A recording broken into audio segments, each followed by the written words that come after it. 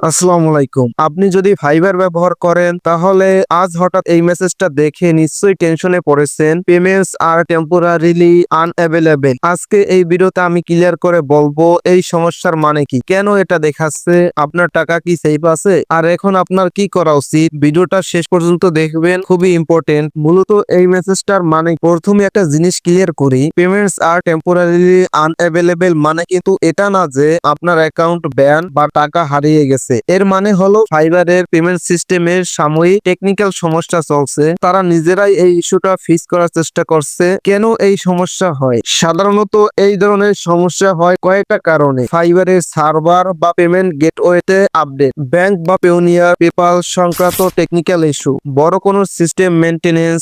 ভালো খবর হলো এটা গ্লোবাল প্রবলেম, শুধু আপনার অ্যাকাউন্টে না। অনেক সেলার একই মেসেজ দেখছে, আমার টাকা কি সেফ? এই প্রশ্নটা সবচেয়ে বেশি আসে। আমার আর্ন ব্যালেন্স কি নষ্ট হয়ে যাবে? উত্তর হলো 100% সেফ। ফাইবারে আপনার টাকা স্কোর সিস্টেমে থাকে, সমস্যা সলভ হলেই আগের মতোই উইথড্র করতে পারবেন। এখন আপনার কি করা উচিত? এই সমস্যাটায় 5টা কাজ অবশ্যই করবেন। প্যানিক করবেন না, বারবার উইথড্র ট্রাই করবেন না। ফাইবার ইনবক্স বা নোটিফিকেশন চেক করুন, অফিসিয়াল আপডেটের জন্য অপেক্ষা করুন। কোনো ফেক মেসেজ বা স্ক্যাম লিংকে ক্লিক করবেন না। সাধারণত এই ধরনের সমস্যা 24 ঘন্টা থেকে 72 ঘন্টার মধ্যে ঠিক হয়ে যায়। ফাইবার সাপোর্টে মেসেজ দেওয়া লাগবে।